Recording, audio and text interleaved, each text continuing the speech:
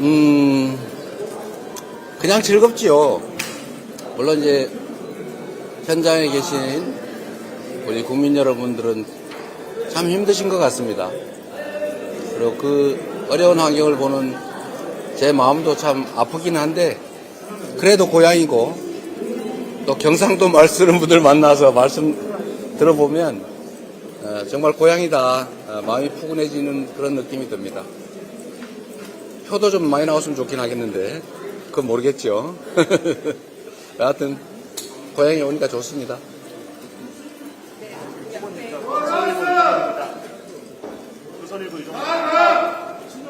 잠깐만, 저 끝나거나 합시다. 자, 다 정리됐어요? 정리됐어 합시다. 자, 네. 아까 질문이랑 좀 이어지는 건데, 이제 경북 지역이 원래 민주당에 좀 험지로 네. 이어져 있고, 저번 대선에서는 한 20% 초반대 됐었는데, 이번에 좀 돌아보시면서 어떠신지, 그리고 이제 이번에는 좀 대구 경북 지역에서 많이 표를 받으실 수 있을 것 같아요. 좀 직접 느끼시는 게 궁금합니다. 글쎄 잘 모르겠어요. 그래도 정치인들은 가끔씩 함정에 빠지는데 다 만나보면 다들 좋아하세요.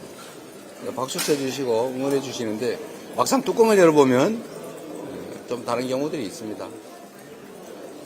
뭐 경북이 우리 민주당 입장에서는 대구만큼이나 어려운 지역인데 언제나 우리는 오해를 벗기 위해서 또 희망을 함께 나누기 위해서 최선을 다합니다. 그러나 이번 6월 3일 이번 대통령 선거는 이 나라의 운명이 걸린 매우 중요한 선거입니다. 네 편, 내 편, 또 색깔 이런 걸 따지기 전에 진정으로 나라를 위해서, 이 나라 국민들의 더 나은 삶을 위해서 첫째로 충직하고 두 번째로 유능한 그런 일꾼이 누구인가를 잘 판단해 주시기를 새삼 당부드릴 뿐입니다. 최선을 다하겠습니다.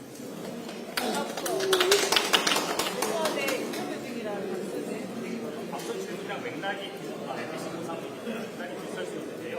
어쨌든 전국 방문하셨는데 아직 후보님 지지하지 않는 유권자들에게 좀 어떻게 말씀드리면서 호소하시고 싶은지라, 그리고 오신 만큼 지난 대선에서는 10%대 득표를 나왔는데 어느 정도 목표 갖고 계신지 그건 여쭤보겠습니다. 진인사 대천명이라고요. 사람이 할 수 있는 최선을 다하고 결과는 또 하늘에 맡기는 거죠.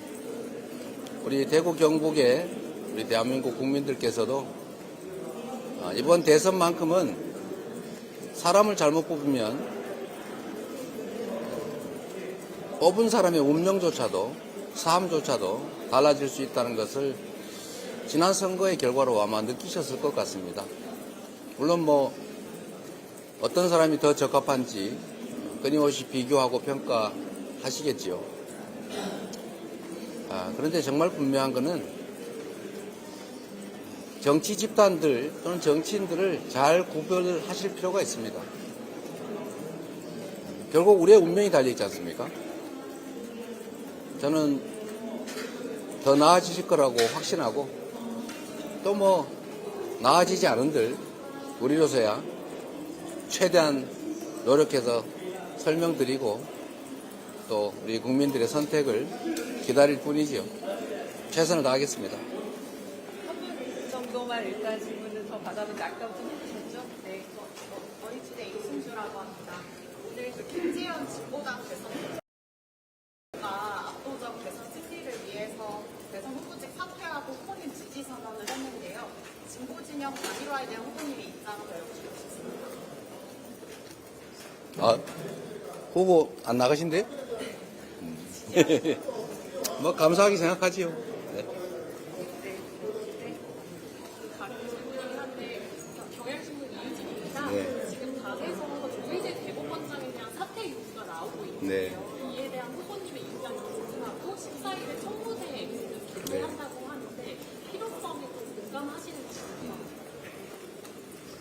제가 자주 말씀드리는데 민주주의와 인권의 최후 보루가 바로 사법부입니다. 저는 지금까지 수없이 많은 억지 기소를 당하고 검찰로부터 핍박을 당했지만 저는 사법부를 최종적으로 믿었고 지금까지는 사법부에 의해서 그 공격을 막고 지금 살아 있습니다. 뭐 저번에 구속영장 청구 때도 아마 대부분 다 구속될 가능성이 높다고 했지만, 그리고 저는 뭐 법률가로서 현실적으로는 어렵겠지만 법률적으로는 기각하는 게 맞다고 생각했는데, 어쨌든 법원이 영장을 기각해서 죽지 않고 이렇게 살아있지 않습니까? 제가 도지사가 됐을 때도 무려 4건을 기소당했는데 뭐 한 2년 동안 엄청 고생을 하긴 했지만 결국 법원에 의해서 전부 다 무죄를 받았죠. 지금 이 정권에 의해서 이 정권은 아니죠 이제. 윤석열 정권에 의해서, 검찰 정권에 의해서 제가 11건인가를 기소당했는데 그 중에서 그들이 가장 가능성이 높다라고 기대했던 게 위증교사 사건입니다. 뭐 그것도 당연히 죄가 안 되는 사건이었죠. 있는 대로 기억을 되살려 얘기해달라고 한 게 어떻게 위증이 되겠어요? 위증교사가 되겠습니까? 그 역시도 법원이 잘 가려줬죠. 물론 선거법 위반 사건은 저는 1심 선고는 참 황당했는데 그래도 사필 규정한다는 걸 믿었고 고등법원에서 기존 대법원 판례에 따라서 뭐 당연히 무죄할 거라고 생각했고 실제로 그렇게 됐죠. 그래서 지금까지 정치인 이재명이, 인간 이재명이 죽지 않고 살아있습니다. 어떤 대법관 출신의 변호인께서, 참 법률가께서 그렇게 말씀하시더군요. 이 법원 걱정된다 이렇게 얘기했더니, 법원은 삼심제를 가지고 있고 집단지성이 발휘되는 영역이니 한번 믿어보라 이렇게 말씀하셨는데 저는 뭐 여전히 그 믿음이 유효합니다. 이 법을 선언하는 사법체제가 정치에 오염이 되거나 사익과 돈에 혹이라도 오염이 되면 대체 뭘 믿고 살겠어요? 민주공화국 삼권분립체제라고 하는 게 얼마나 중요합니까? 그 중에 최고의 보루가 법원 사법부입니다. 그 보루가 무너지면 다 소용없어요. 브라질을 한번 여러분도 보십시오. 그 멀쩡하게 잘 나가던 나라가 어느 날 갑자기 퇴락했어요. 왜 그랬습니까? 사법이 망가지니까 나라가 망했지 않습니까? 지금도 저는 대부분의 사법부 구성원들을 믿습니다. 그리고 우리의 사법체계를 믿습니다. 그러나 말씀드린 것처럼 최후의 보루가 자폭을 한다든지 최후의 보루의 총구가 우리를 향해서 난사를 하면 어떻게 되겠어요? 고쳐야죠. 보루를 지켜야죠. 보루를 지켜야 민주주의가 지켜지고 민주공화국이 지켜집니다. 그 보루를 지키는 길이 어떤 길인지를 우리 국민들께서도 다 아십니다. 사법부 구성원들도 다 알고 있죠. 정의와 상식, 합리에 따라서 헌법과 법률에 따라서 모두들 잘 판단하고 잘 처리할 거라고 믿습니다. 네. 죄송한데 저희가 일정이 그냥 놔두세요. 밀렸는데 하나만. 아니 뭐 저도 할 말이 좀 있으니까 하라고. 비가 와서 오늘 일정이 많이 밀려서 네. 이어지는 질문이어가지고 질문 드렸는데 전국 법관 회의가 26일로 잡혔습니다. 며칠이요? 26일로 잡혔는데요. 아, 상당히 늦게 잡혔네요. 그래서 후보님 사건 관련이니까 한번 말씀 부탁드리는데 또 아까 가보신 기념관 시큰으로 추가를 하셨는데 어떻게 그렇게 하시게 됐는지도 말씀 부탁드립니다. 일단 저는 우리 사회가 앞으로 해결해야 될 제일 중요한 과제 중에 하나가, 물론 먹고 사는 문제를 해결하는 게 제일 중요하겠습니다만 그거 별로 중요하지 않는 걸 가지고 좀 덜 싸웠으면 좋겠어요. 좌니 우니 파란색이니 빨간색이니 물론 차이들이 있으면 그 차이를 드러내고 조정할 필요가 있습니다. 뭐 없게 할 수는 없죠. 그러나 차이는 차이일 뿐이죠. 다르다고 해서 틀린 건 아닙니다. 근데 우리는 다르기만 하면 제거하려고 해요.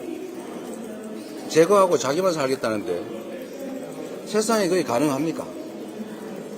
음지가 있으면 양지가 있는 거고 산이 높으면 골도 깊은 것인데 내가 이쪽을 생각하면 저쪽이 생각하는 사람도 있죠. 동전도 앞면이 있어야 뒷면이 있는 거 아닙니까? 서로 존재를 인정해야 됩니다. 그리고 차이 크지 않아요. 조정하면 됩니다. 뭐 양보를 크게 안 해도 돼요. 서로 얘기하다 보면 접점이 생겨요. 제가 이런저런 현안을 가지고 입장이 다른 사람들 간에 이렇게 모여서 토론을 많이 하게 합니다. 제가 시정을 할 때도 도정을 할 때도 뭐 계곡 상인들 그 불법 시설물 때문에 뭐 철거하고 대안을 세울 때도 다 모여서 대화를 해봅니다.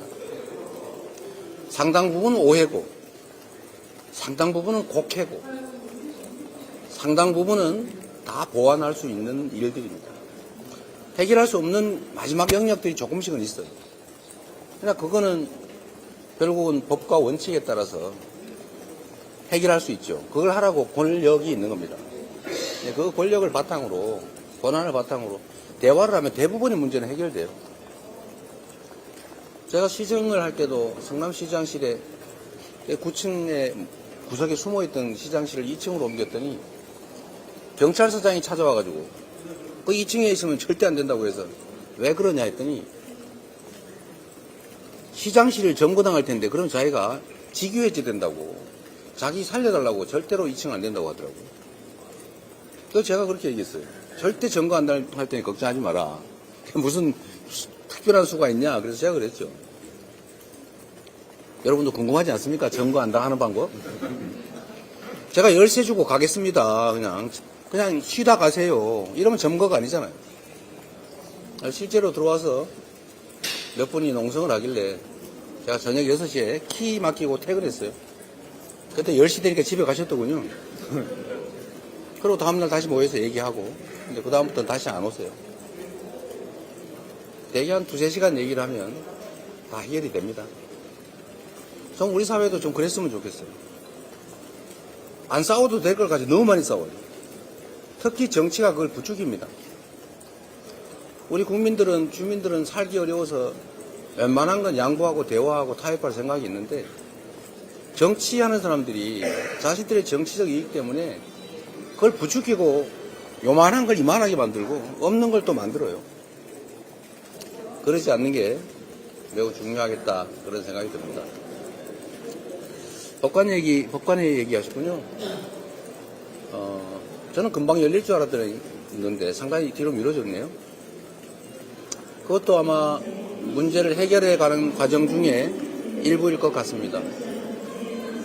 그러나 법원도 우리 국민들이 얼마나 사법부를 신뢰하고 기대하는지를 기억해야 됩니다. 그게 맹목적인 추종이나 불종은 아닙니다. 합리적이고 상식적이고 법률에 부합하는 판단을 하기 위해서 노력한다고 믿고 있고 대부분의 사법부 구성원들이 그렇게 노력하고 있기 때문에 그렇게 믿는 것입니다. 그 믿음과 신뢰를, 기대를 깨지 말아야 합니다. 네, 정말 여기도 좀 뭐? 응?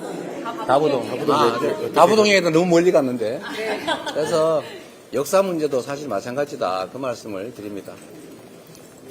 이미 역사 속으로 사라진 이야기들입니다. 근데 그 역사 속의 일들을 꺼내서 자꾸 편가리 수단으로 써요. 제가 이승만 대통령, 박정희 대통령 그 묘역을 저도 안 갔습니다. 가면 너무 시끄러워지니까요. 그게 또 다른 정쟁의 요소가 되니까 안 갔는데 이번에는 그걸 감수하기로 하고 갔다 왔더니 별로 말이 없어요. 다 공과가 있는 거 아닙니까? 그리고 특히 나라를 지키기 위해서 목숨을 바치는 사람들에 대해서는 그게 뭐 거리가 중요합니까? 어느 쪽에 가까웠다, 어떤 생각을 가지고 있었다, 뭐가 중요하겠어요? 한 목숨을 바쳐서 이 나라를 구하기 위해서 전투에 참여했고 그리고 산화에 갔는데 기억하고 기려야죠. 근데 이번에 일정에 그게 빠졌길래 제가 그거 긴 시간 걸리는 것도 아닌데 한번 가자고 해서 갑자기 갔다 왔어요. 뭐 갔더니 볼 것도 있고 괜찮더군요. 네. 볼 것도 있고 괜찮다고. 죄송합니다. 저희 진짜 여기서 조금 정리하겠습니다. 네. 하나만. 진짜 딱 하나만 갖고 끝내겠습니다. 죄송합니다. 네. 오늘 발언하시면서 아주 멋있습니다. 오늘 발언하시면서 12월 3일 비상기업을 주권자 국민들이 뭉쳐서 이겨냈다는 말씀 반복해서 해주셨는데요. 12월 3일을 국가 기념일로 지정하는 것을 공약화하실 계획도 있으신가요? 그런 요구를 12월 3일을 기념하자라는 그런 요구나 주장이 많기는 합니다. 그런데 저는 아직은 깊이 생각해 보진 않았어요. 우리가 6.25를 기념을 하고 있잖아요. 전쟁 발발일이잖아요. 왜 휴전한 전쟁이 끝난 날이 아니라 전쟁이 발발한 날을 기념을 했을까? 그 생각을 평소에 하고 있었는데 이날도 군사 쿠데타를 시도한 날이지 군사 쿠데타를 제압한 날은 날이잖아요. 그래서 제가 좀 생각이 좀 복잡합니다. 그러나 뭔가 그 위대한 우리 국민들의 그 평화로운 그 투쟁이라고 할까요? 그런 건 저는 기록은 해야 될 것 같습니다. 네, 정말 여기서 마치고 아니요, 죄송해요. 저희가 너무 아니 저 굳이 하겠다는데 뭔 얘기인가 한번 들어보세요. 손이 오늘 경주 방문하셨는데요. 전국적으로 에이펙 관련해서 짧게 언급드렸었습니다. 조금 준비가 부족하다는 얘기를 듣는다고 해주셨었는데 네. 구체적으로 얘기해 주실 수 있는지 어떻게 하면 저희가 잘 칠 수 있는지. 네. 지금 에이펙 올 가을에 열리는 에이펙은 우리나라 입장에서뿐만 아니라 전 세계적으로 매우 중요한 이벤트죠. 그리고 우리는 그 자리에서 아마도 푸틴과 시진핑, 트럼프 이 세계 정상들이 만나게 될 가능성이 상당히 있습니다. 매우 중요한 국제 행사인데 지금 일각에서 시설물 준비나 이런 게 매우 우려된다는 의견들이 많습니다. 꽤 오래전부터 나온 일인데 특히 내란 사태 때문에 거의 준비가 좀 부실하지 않느냐는 걱정들이 많아서 우리 당내에서도 이 문제를 의논을 좀 하고 있고 또 국회나 또 정부를 통해서 좀 준비를 하도록 촉구도 하고 있습니다만 하여튼 6월 3일 선거가 끝나면 별도의 좀 규모 있는 팀을 꾸려서라도 신속하게 좀 대비책을 강구해야 될 상황입니다. 상당히 걱정되는 게 사실입니다. 실수하지 않도록 노력해야 되겠죠. 자, 고생하셨습니다. 고생하셨습니다.